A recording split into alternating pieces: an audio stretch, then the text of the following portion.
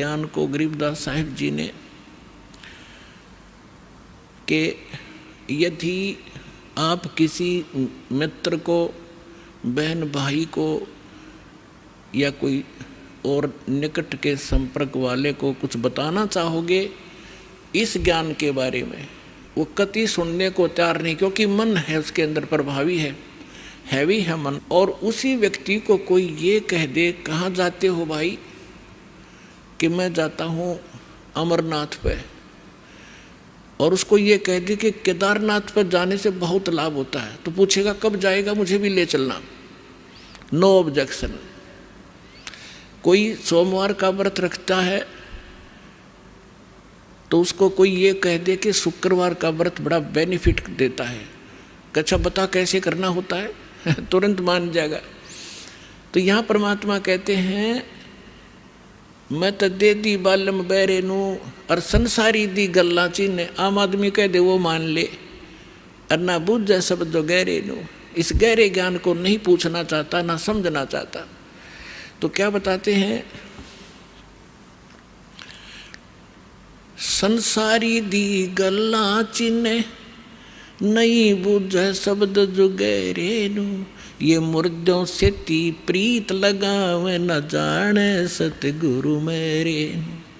अब जैसे प्रत्येक गांव में किसी तालाब के ऊपर या किसी अन्य स्थान पर कोई संत साधक मर गया, मृत्यु को प्राप्त हुआ, उसकी यादगार बना ली, वह माथा टेकन लाग गए सारे, पूरा गांव का गांव, अन्यों का हमारे तो दादा लाई पूजा है यार। अरे कोई विवेक तो लो। देखो जैसे ठीक है वो संत अच्छे होंगे जो आज तक पूज्य हैं, लेकिन उस समय जो उस जीवित समय में उसके जैसा भी वो संत था, जैसी भी भक्ति साधना थी उसके पास, तो उससे उस समय लाभ तो मिल सकता था जब वो वर्तमान में था। अब तो वैसे उसकी महिमा वैसे ठीक आदर करते रहो, लेकिन मोक्ष कति नहीं, लाभ नहीं मिलेगा। जैसे कोई डॉक्टर है, वैद्य है, और वो बहुत अच्छा वैद्य था और खूब अच्छी दवाई देता था, रोग नाश कर देता था, ठीक है, तो उस समय जो उसके संपर्क में आए तो उनका वो लाभ मिला। उसकी मृत्यु होगी, मृत्यु के बाद उसकी यादगार बना दी, और वहाँ फिर अब कोई जावे उस वैद्य से ये कहने कि वैद्य जी मेरा मलेरिया हो गया, दवाई बताइयो, वह वैद्य की मूर्ति वह दवा काम नहीं कर सकती जो ओरिजिनल जीवित कराया करता था। तो यह भूल मारा ईब तई लाग रही थी, अब मिटेगी। तो क्या कहते हैं, मुर्दों से ती प्रीत लगावे ना बूझे शब्द जो गहरे नू, मुर्दों से ती प्रीत लगावे ना जाने सतगुरु मेरे नू, मैं तो दे दी है बालम बैरे नू, मैं तो दे दी है बालम बैरे नू। फिर क्या बताते हैं, श्वेत छतर सिर मुकुट विराजे, निराकार निराकार का ढोल पीट रखा था।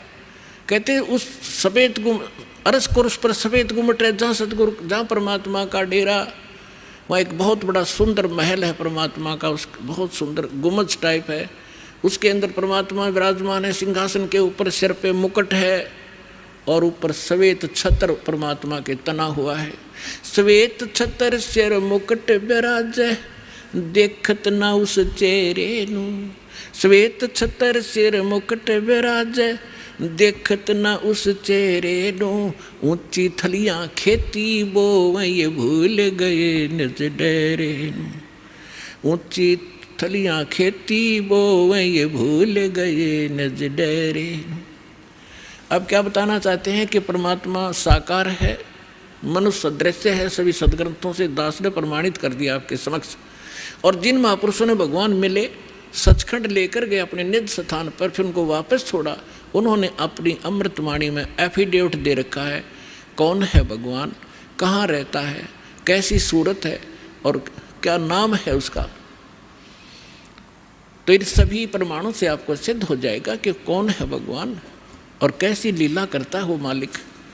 तो यहाँ क्या बताते हैं कि आप जी जो साधना कर रहे हो, अन्य देवी देवताओं के पूर्ण परमात्मा की भक्ति ना करके किसी भी ब्रह्म की, पर सरपुरुष की, अक्षर पुरुष की, ब्रह्मा विष्णु महेश की, या दुर्गा या निरंजन की।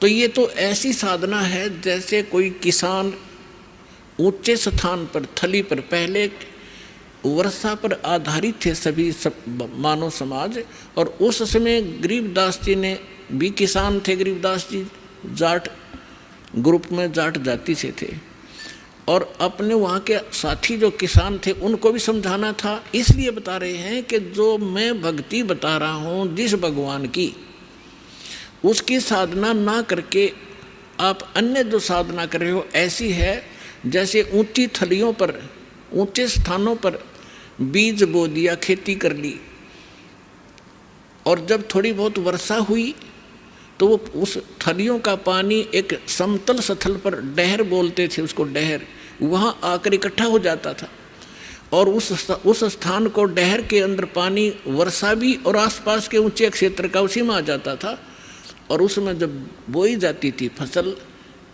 जैसे ऊंची थलियों पर बोई हुई तो वो होती ही नहीं थी, और डहर में बीजा हुआ 1 एकड़ में मनमाने 50 मन कनक हो जाती थी, और ऊंची थलियों पर 2 मन की भी नहीं होती थी मुश्किल से।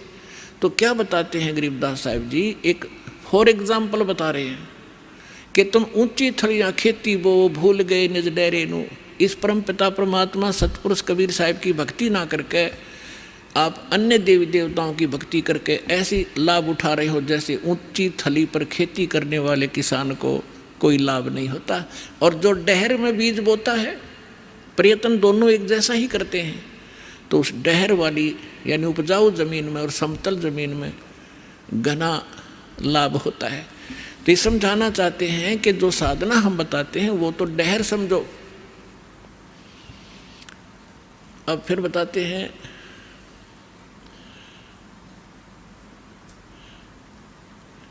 गोता मारूं स्वर्ग में जा बैठूं पाताले, गरीबदास ढूंढता फेरूं अपने हीरे मोती लाल। चारों युग में मेरे संत पुकारे और कूक कहा हम हेल रे, हीरे माणिक मोती बरस ये जग चुगता ढेल रे। अब परमात्मा कबीर जी से प्राप्त ज्ञान को कैसे विश्लेषण कर रहे हैं गरीबदास जी। कबीर साहब बता रहे हैं कि चारों युगों में मैं आया, अच्छी आत्माओं को मिला, उनको तत्व ज्ञान और यथार्थ स्थान से परिचित करवाया, सतभक्ति से परिचित कराया, और ये चारों युग में संत पुकारे और कूक कहा हम हेल रे, हीरे माणिक मोती बरसे ये जग चुगता ढेल रे। हम तत्व ज्ञान और यथार्थ साधना रूपी हीरे मोती लालों को बखेर रहे हैं, और आप जी इस ज्ञान से परिचित न होने के कारण इन लाल और हीरे मोतियों को ग्रहण ना करके कंकर पत्थर, आन उपासना रूपी कंकर पत्थर इकट्ठे कर रहे हो, जो तुम्हें बाद में कोई लाभ नहीं देगी। उसी को यहाँ प्रमाणित कर रहे हैं।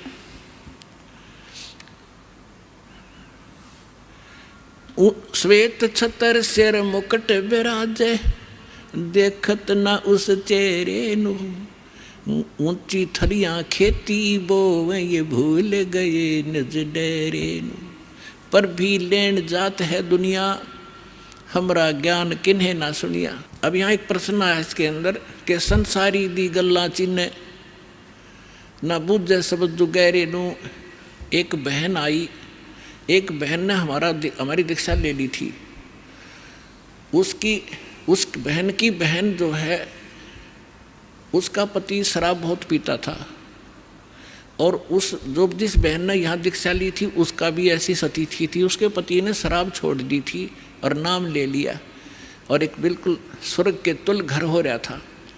तो उसकी बहन का वहाँ आना हो गया, जो दीक्षा किसी और से ले रखी थी, किसी दूसरे पंथ से, और साथ में दूसरी साधना भी करती थी अपनी जो परंपरागत प्रचलित। उसका पति शराब पीता था, बहुत पीटता था, कभी गली में भी खड़ी कर देता रात में शराब के नशे में। अब मैं बाहर खड़ी रहती हूँ, कुंडी लगा के भीतर पड़ के सो जाता, सवेरे उतरे शराब जब खोल कुंडी ने, इतनी दुखी हूँ मैं। तो उस बहन ने कहा कि आप मेरे गुरुजी के पास चलो, वहाँ नाम ले लो और तेरा पति भी शराब छोड़ देगा। तो वह बहन उसके अपनी बहन के साथ हमारे पास आ गई करोथा आश्रम में। जब थोड़ी सी संगत थी, हम ऐसे बाहर बैठे सारा बैठे रहते थे, सारे 10 20 50 100 भक्त आते थे दिन में, मुश्किल से 10 20। तो मैंने पूछा बहन कहाँ से आई, तो उसने बता दिया मेरी सिस्टर है और इसका पति बहुत शराब पीता है और रोज़ पीता है, इसने बुरा हाल कर रखा है इसका, और नौकरी करता है, एक चवन्नी घर पर नहीं छोड़ता, सारी पी जाता है, बच्चे भी भूखे रहते हैं कई बार। तो मैंने कहा बहन फिर दीक्षा लेनी पड़ेगी आपने, भगवान फिर धीरे धीरे सद्बुद्धि देता है, परिवार के अंदर भगवान प्रवेश हो जाता है और ये पितृभूत भी प्रवेश करके वहाँ उत्पात मचाते रहते हैं, फिर वो भाग जाते हैं, सद्बुद्धि आती है। तो मैंने पूछा आप क्या साधना करते हो, उसने बताया जी मैं ऐसे ऐसे धन धन सतगुरु अड़ा का नाम ले लिया, गुरु जी का ले रही हूँ 4-5 वर्ष से।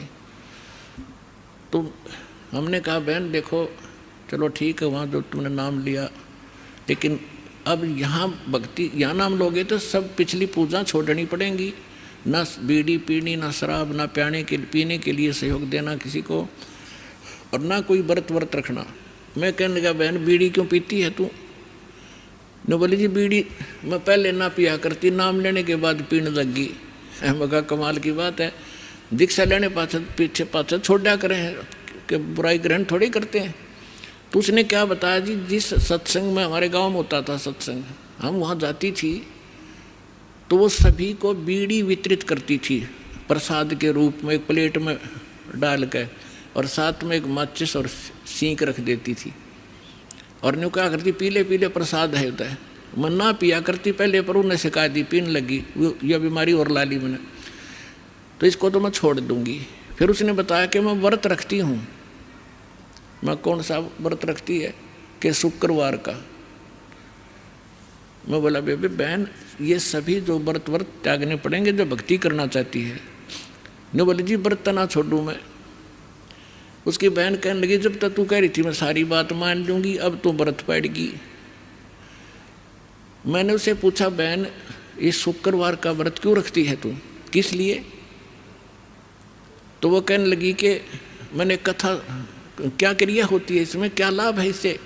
वह कथा सुनाती है कि एक का पति विदेश चला गया था कोई काम धंधे के लिए, ऐसी कथा है संतोषी माता के व्रत, शुक्रवार के व्रत से क्या लाभ है वो बताने लगी।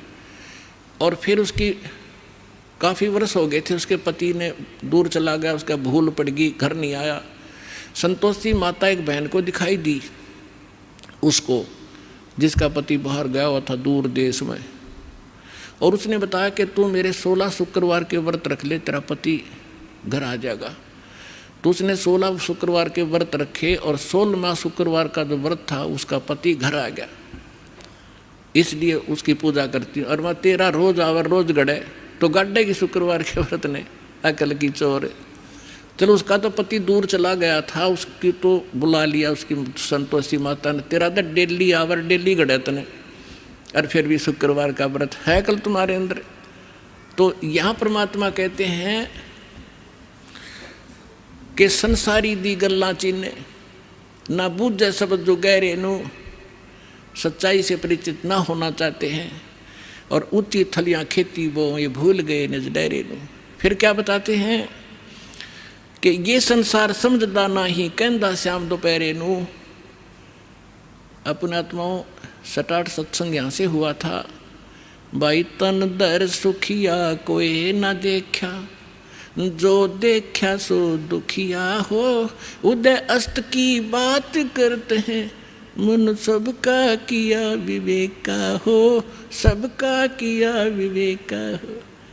यहाँ पर कहते हैं झूठे सुख को सुख है ये मान रहा मनमोद, ये सकन से बिना काल का कुछ मुख में कुछ गोद। तो क्या बताना चाहते हैं आदरणीय गरीबदास साहिब जी कि ये संसार समझदा नहीं कहंदा श्याम दोपहरे नू। जैसे एक शराब पिए पड़ा था, जेठ जून का महीना, हरियाणा क्षेत्र, पंजाब, राजस्थान, उत्तर प्रदेश, इसमें जून के अंदर एक भयंकर गर्मी गिरती है और शराब पी कर बाहर पड़ा बिल्कुल मैदान में, और उसका साथी कहता है कि उठ ले भाई बहुत दुखी है तू, मुंह में झागा रे, पसीना पसीना, रेते में लेटा हुआ है, उठ तुझे छाया में लेटा देता हूँ। वो शराब के नशे में कहता है छेड़ना मौज हो रही है, वहाँ धूप में पड़ा है, रेत के अंदर पड़ा है, पसीना पसीना है, और उसको कहता छोड़ दे मौज हो रही है। तो परमात्मा कहते तुमने भांग पी रखी काल की, कबीर ये माया अटपटी सब गट आनड़ी, और किस किस ने समझाऊं या कुआ भांग पड़ी। तो ऐसे हम इस दुख को सुख मान रहे हैं इस नशे के अंदर।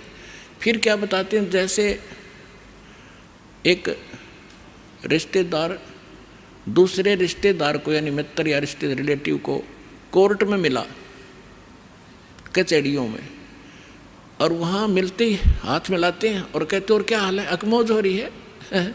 कोर्ट में मौज का क्या काम, वहाँ तो घी बंधी रहती है। कोर्ट में भी मौज है, वहाँ गए हैं व्यक्ति को 2 मिनट में चिंता रहती है, वकील नहीं आया, गवाह नहीं आया, फलाना नहीं आया, और फिर और क्या हाल है, ठीक ठाक मौज है। कोर्ट में जाने वाले व्यक्ति को भी मौज है। फिर हॉस्पिटल में गया, किसी का कोई बच्चा बीमार था, मित्र आए वहाँ मिलने के लिए। अब उससे पूछते हैं और ठीक है, ना लड़का तो बीमार है बाकी मौज हो रही है, लड़का मरने को हो रहा है बाकी ठीक ठाक है। तो परमात्मा कहते हैं ये संसार समझदा नहीं कहंदा श्याम दोपहरे नो। जैसे जेठ का महीना और दोपहर के समय को, और कोई ये कहे कि ठंड सी लग रही है, तो उसने शाम देखी नहीं है।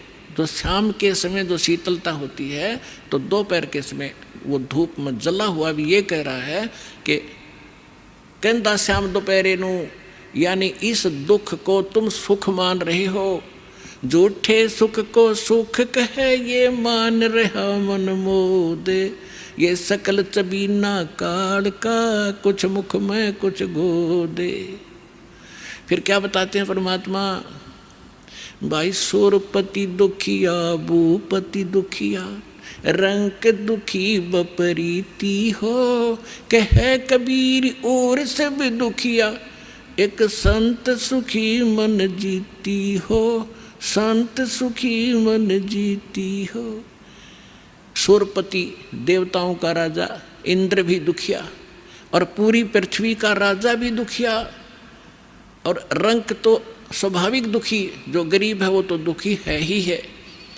तो परमात्मा ने बताया है, कहे कबीर और सब दुखिया, एक संत सुखी मन जीती हो।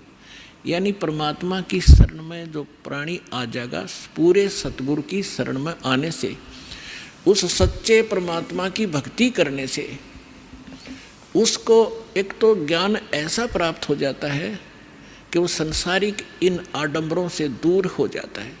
उसको ज्ञान ऐसा निर्मल मिल जाता है कि ऐसा निर्मल ज्ञान है, ये निर्मल करे शरीर और ज्ञान मंडलीक है भाई चकवे ज्ञान कबीर। तो उसको ज्ञान ऐसा मिल जाता है कि यहाँ तक पीछा छुटवाएं पार पड़ेगी, ना कोठी की घनी हो सकता, ना बंगले की, ना ज़्यादा यहाँ अटपट चले नहीं, क्योंकि हमारे परमात्मा सारी ब्रह्मांड के पालक, सबके रचनहार एक झोंपड़ी में टाइम पास करा करते और हाथ से कपड़ा बुनकर निर्वाह करके दिखाया करते थे, जो सबका पालन करने वाले। नहीं तो वो एक वचन से एक बहुत बड़ा महल बना सकते थे, उन्होंने ईंट सीमेंट डालने की जरूरत नहीं थी। वो हमें ये बताना चाहते थे, इस गंदे लोक से निकलना चाहते हो तो यहाँ की बकवाद छोड़नी पड़ेगी, केवल यहाँ से जन्म और मृत्यु का छुटकारा चाहिए आपको, तो ये भक्ति कर लीजिए। गीता अध्याय नंबर 7 के श्लोक नंबर 29 में कहा है, गीता ज्ञान दाता कहता है कि जो मेरे ज्ञान को आश्रय कर लेता है और तत्वदर्शी संत की जो खोज कर लेता है, और वो व्यक्ति जो केवल जरा और मरण से छूटने का प्रयत्न कर रहे हैं, वो उस तत्व से परिचित हो चुके हैं और सारे दातम ज्ञान से परिचित हैं और वो सब कर्मों से परिचित हैं, वही प्राणी जरा और मरण से छूटने का प्रयत्न करते हैं, इस संसार के किसी सुख की वो कामना नहीं करते। तो यहाँ इस आने से आपको ये ज्ञान हो जाएगा और फिर ये समर्थ है। आपको जिस चीज़ की आवश्यकता होगी, बकवाद नहीं सुनेगा आपकी, आपको आवश्यकता होगी तो आपको तुरंत दे देगा ला, कहते कुछ भी कारण बनाओ। तो इसलिए यहाँ परमात्मा कहते हैं, कहे कबीर और सब दुखिया, एक संत सुखी मन जीती हो। मन जीतना यही होता है कि जैसे हमने यहाँ की ये जो नाचना गाना इसका तो ज्ञान ही हो गया, बकवादें बेमतलब की। अब नाच गा रहे हैं, ढोल पीट रहे हैं, डीजे बजा रहे हैं, अगले दिन दूल्हे की मृत्यु हो जाती है, टक्कर मार कर रो रहे हैं, बजा ले डीजे। तो यहाँ संत कहते हैं ना जाने, नानक साहब जी कहते हैं ना जाने काल की कर डारे, किस विध ढल जा पासावे, अर्जिना के सरते मौत खुड़क दी उनानु केड़ा हसावे। जिनको मौत दिखाई देती है, जिनको जाना है यहाँ से, पता है कि ना जाने कब बिजली गिर जाएगी, तो वो ये बकवाद नहीं कराया करते। अब कोई भयंकर रोगी है और उसको पता है कि कैंसर हो गई है और कुछ दिनों का मेहमान है, उसको वो सुनियो डीजे और करके दिखाओ बकवाद। उसको तो उंगलियां पर दिन गिनने पड़ते हैं कब मौत होगी, कितने दिन का जीवन है। तो हम सबको कैंसर है। परमात्मा कहते हैं कि जग सारा रोगी आरे, जिन सतगुरु वैद न जाना, जग सारा रोगी आरे। जन्म मरण का रोग लगा या तृष्णा बढ़री खांसी, और आवागमन की डोर गले में पड़ी काल की फांसी। तो हमने ये काल की फांसी दिखाई देनी चाहिए, और यहाँ से जब निकलने की जब श्रद्धा बनाएंगे तो हमारा मन जीता जाएगा, तब मन जीता जाएगा। इस ज्ञान से हम उल्टे हटेंगे और फिर परमात्मा साथ रहेगा। कहते हैं कल्पे कारण कौन है कर सेवा निकाम, सेवा माने पूजा, और मन इच्छा फल दूंगा जब पड़े मेरे ते काम। तो इस प्रकार इस सत्साधना करने से आपका भी मोक्ष, आपके बच्चों का भी मोक्ष। और कबीर साहब ने ये वो समय वो है जो वचन पहले कहा था कि भक्ति बीज होगा जो हंसा, और तारों तास के इकोत्र वंशा। अब हजारों वर्षों तक ये सत्साधना चलेगी, पूरे विश्व में ये ज्ञान फैलेगा, या कोई सुखी नहीं है। चाहे कितना बड़ा अपने आप को प्रधानमंत्री मान रहा है, चाहे कितना वैभवशाली समझता है, उसने सपने में सुख नहीं है आज के युग में। तो इस ज्ञान से, इस भक्ति से आपकी आवश्यकता भी पूरी होगी और मन भाग जाएगा, आत्मा दृढ़ होगी, आपका मोक्ष होगा, सतलोक चले जाओगे, सदा सुखी हो जाओगे और रहना मर्यादा के अंदर।